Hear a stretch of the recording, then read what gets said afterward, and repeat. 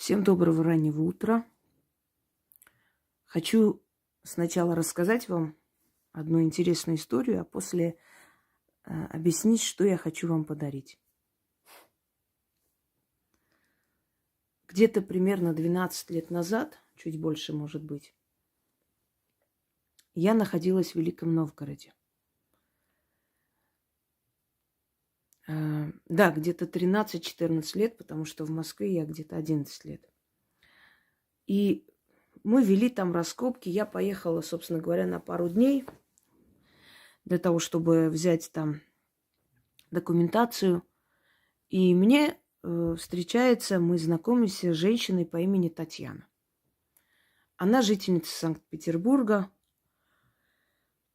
И она говорит, когда мы с ней познакомились, мы пообщались, она поняла, кто я, что я. Я вылечила ей спину. И она говорит, вы знаете, вот так удивительно,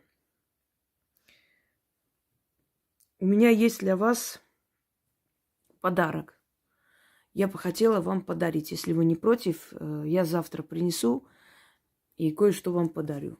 Я говорю, я не против, смотря какой подарок. Слишком дорогой я не приму, мне неудобно, а так не знаю. На следующий день она приносит тетрадь. Современную, нормальную тетрадь. И говорит, я переписала, потому как те старинные тетради, которые в нашей семье хранятся, их перевозить нельзя. Они и так еле дышат.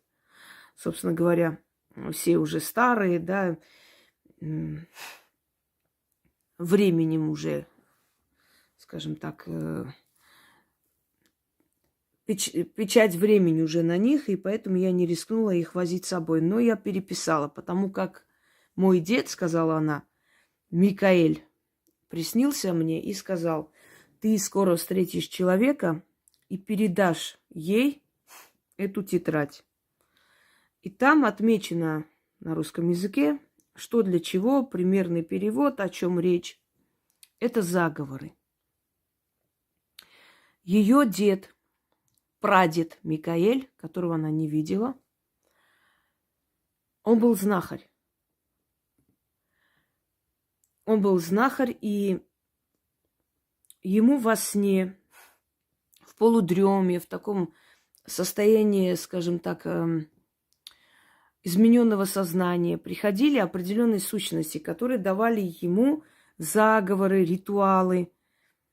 И он этими заговорами, ритуалами помогал и спасал людей. Свое ремесло он передал своей дочери, а та, в свою очередь, своей дочери. И вот дошло до бабушки Татьяны. Звали эту бабушку Айно. Она оставила ей. Но ей, этой женщине, не дано было продолжить. И потому, собственно говоря, она просто хранила это все. И когда дед пришел к ней во сне и сказал, что это надо передать, и оно должно помогать людям, а не лежать просто на полке, она подумала, что раз уж он пришел во сне, значит, он и поведет, и покажет, кому это отдать. И вот наша встреча с этой женщиной была не случайной. Она мне передала. Я думаю, она и сейчас в Питере живет до сих пор. Так вот, дорогие друзья, ее предки были ингерманландцы. У Петра Великого был полк ингерманландцы. Для начала давайте разберемся, что такое Ингерманландия и где она находится. В России очень много различных народов, которые считают Россию своей родиной, и благодаря этой огромной стране они остались и сохранили себя, да, свою первозданность, свой этнос, язык, культуру и так далее. Но этот народ в России, он многочисленный. Их 25 миллионов. Это только в России. Но они есть еще и в Европе, они есть еще и в северных странах. Ну, а о других странах не говорю, потому что это уже переселение туда, да, это уже, как там говорят, утечка мозгов. Но именно исконно автохтоны, которые жили здесь, коренные народности России. Их огромное количество. Вы даже о них, может, не слышали. Но они есть. И их язык существует. Этот язык такой скользящий, как шиворот на выворот. Необычно звучит для уха. И язык у них финский. И это финно-угорские племена. Ингерманландия находится именно по берегам Невы и до Финского залива. Туда входит река Нарва, Чудское озеро, Ладожское озеро и граничит с Карелией. Вот эта вся территория была тогда Ингерманландией. И сейчас они себя так называют, те, которые там живут. Когда-то это была финская автономная такая, как, тогда не называли автономной, но финская такая маленькая страна посреди России. Хотя ингерманландцы говорят, что они потомки финнов, викингов, русских. То есть они такая необычная нация, не похожая ни на одну нацию в мире. Но факт остается фактом, что это финно-угорские племена. То есть это финны. Итак,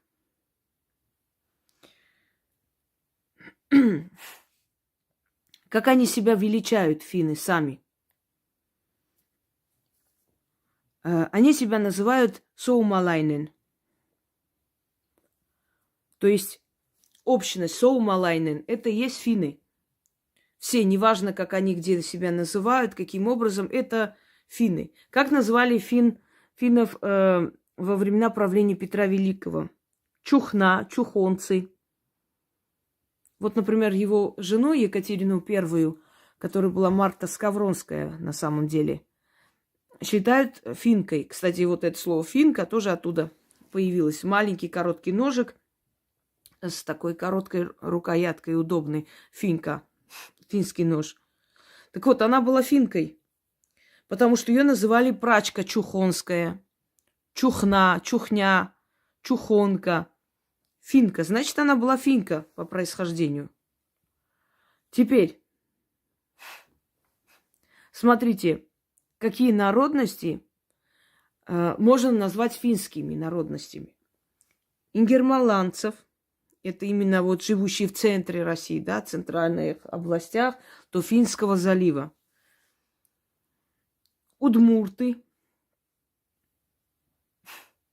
коми народности, зыряне, коми-пермяки. Дальше. Финны Поволжья, мокши, суры, ветлуги, вятки, марийцы, каратаи, вот, мошкан. Какие еще? Эрзян – это такой необычный этнос среди финнов, именно российских финнов. Они в основном языческая такая каста. То есть они служители древних культов, древних богов, так и не забыли. На самом деле они православные, есть католики, финны, европейские финны, католики, Финляндия католическая. Но российские финны, они в основном язычники, сохранившие свои традиции, но при этом им не мешает, естественно, и в храм ходить, и прочее, прочее. Говорят люди на своем языке, знают свою культуру, свой этнос. То есть это абсолютно сохранившие себя народности. Видите, сколько? Это еще я не все перечислила. В основном большее количество. Их и в меньшинстве есть, по-разному называется. Финно-угорские племена. Так вот, в основном их пантеон схож. Есть, конечно, некие различия, но пантеон финских народностей, финно-угорских, они совпадают. Ну, например, Укко, небесное светило или старец. Старец, который то есть выполнял функции верховного божества до принятия христианства. Потом он, естественно, слился с основным богом-творцом Юмала, но в любом случае остался тем самым старцем, который помогал, который давал защиту от всяких злых чар, злых сил, злых слов, преследований и прочее, прочее. Финны поклонялись большой медведице, считали, что это определенное божество, в котором собраны все животные, человеческие эгрегоры, сила, энергия, и что от этого созвездия исходит определенная защита. И называли Отава, лунное божество Куу. Кстати, в финском языке вот это вот несколько штук. У них так принято. То есть это элементы языка финского. Итак, ингерманландский ритуал, потому что это отдано людьми происхождения ингерманландским. Да, кстати, сказать, что марийцы тоже являются финно-угорским народом. Забыла сказать, потому что марийские колдуны, ведьмы считаются одни из сильных в России. Так вот, я решила, что эту защиту можно вам подарить. И я хочу вам это подарить. Это защита верховного бога Укко. Вы знаете, друзья мои, на самом деле там не написано, как и что нужно делать, и поэтому помимо тех ключей, которые здесь есть, я добавила и свои ключи. Во-первых, начнем с того, что финно-угры поклонялись огню, у них были капища, и везде, во всех ритуалах присутствует, практически во всех присутствует огонь. Естественно, источник огня должна быть свеча в этом случае. Далее, поскольку это старец, верховный бог, защитник, следовательно, он защищает все 4 стороны света. Если это защита, то лучше начитать на все 4 стороны света, чтобы защита великого старца, она была со всех сторон. Логично? И на этой почве, то есть добавив в свой ритуал, я хочу вам подарить этот заговор знахаря Микаэля, впоследствии переданный дочери, внучке, правнучке по имени Айно, ну и их праправнучке по имени Татьяна, которая мне это передала. Поскольку ей нельзя было это все продолжить. Но эти работы не могут просто так пылиться. Они должны забирать энергию и отдавать энергию. То есть забирать имеется в виду энергию человека, который отдает, который дарит. И собирать энергию и усиливать энергию людей, которые этим пользуются. Потому что это все энергооборот. А силам, стражникам заговоров, потому что у каждого заговора есть свой стражник, нужно чем-то питаться. Они должны работать. Они просто так где-то лежать не могут. Я сейчас произнесу на ингерманландском наречии финский заговор. Язык необычный, и некоторые слова могут быть очень причудливые, потому как наречие финно-угорских народностей в некотором смысле отличаются где-то даже очень сильно. Но язык общий, происхождение общее, естественно. Потому те, кто знает этот язык, они поймут, о чем речь. Итак, держим в руке свечу и проводим такой ритуал перед ответственным каким-то там днем, или вы идете на работу, например, вас травят, не дают житья, проводите ночью, тушите свечу, эту свечу надо забрать с собой.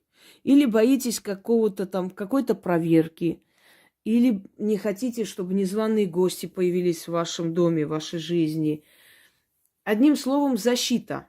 Вот в этот момент, когда вам особенно нужна защита. То есть вот в данный момент. И когда это все уйдет, это все закончится в вашу пользу, возьмите молоко, желательно не магазинное, но если выхода нет, купите хотя бы такой дорогой продукт, чтобы там хоть какая-то часть молока была, естественно, натурально, настоящая.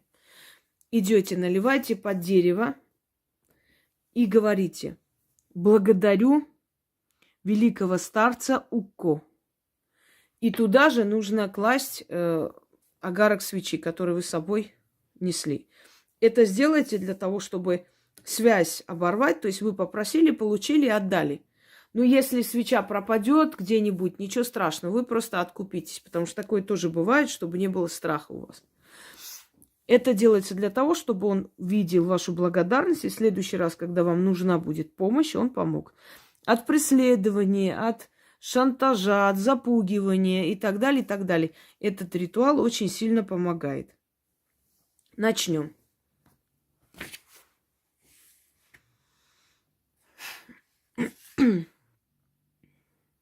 Souele minua, loistava ukko, vihollisilta, nahoilta,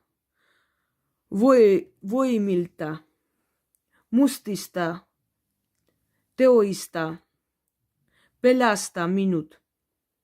Isä ukko, auki, suljetut ovet, anna avaimet, minulle ovi jetta, kohtallo, sinun suojasi, minun kanssani totta. Немножко сложновато, но несколько раз прочитайте, привыкните. Если у вас тем более еще финно-угорское происхождение, если вы происходите из этих народностей, которые я перечислила, у вас работает намного сильнее, потому что ваша генетика совпадет. И, естественно, зов крови и энергия предков не последнюю роль играют. Но это поможет любому человеку. Еще раз. Суоиле минуа, лоистава уко, виголли сильта. Pahoilta, voimilta, mustista teoista, pelasta minut. Isä uko, auki, suljetut ovet, anna avaimet minulle ovista kohtallo sinun suojasi minun канссани тота. В этом случае, чтобы вы поняли, Анна это не имя. Это как бы слово то ли ключ, то ли открой. Соуэле минуа, лоистова укко, виголлисилта, нахоэльта, воимилта, мустиста теоиста. Pelasta minut, isä ukko, auki, suljetut ovet, anna avaimet minulle ovista kohtallo sinun suojasi minun kanssani. Totta. И еще раз. Suuelle minua, loistova ukko, vihollista, pahoilta, voimilta, mustista teosta, pelestä minut, isä ukko, auki, suljetut ovet, anna avaimet minulle Овиста, Кохталло, Синун, Суояси, Минун, Кансаси, Тотта. Я попрошу не писать каждые 2 минуты. А вот текст, а где вот можно взять, а что? Вам уже сказано миллион раз и повторяюсь. Текст Яна набирает в течение нескольких дней. Поэтому имейте терпение. Я не думаю, что вам прям очень срочно нужно. Если нужно срочно, останавливайте и наберите сами. Итак, всем удачи. Поблагодарим того самого знахаря Микаэля, который захотел отдать мне, а я отдаю вам. И, собственно говоря, теперь вы знаете, кто такие ингерманландцы. Что за народность, какого происхождения и какую они роль играют в истории России. Всем удачи!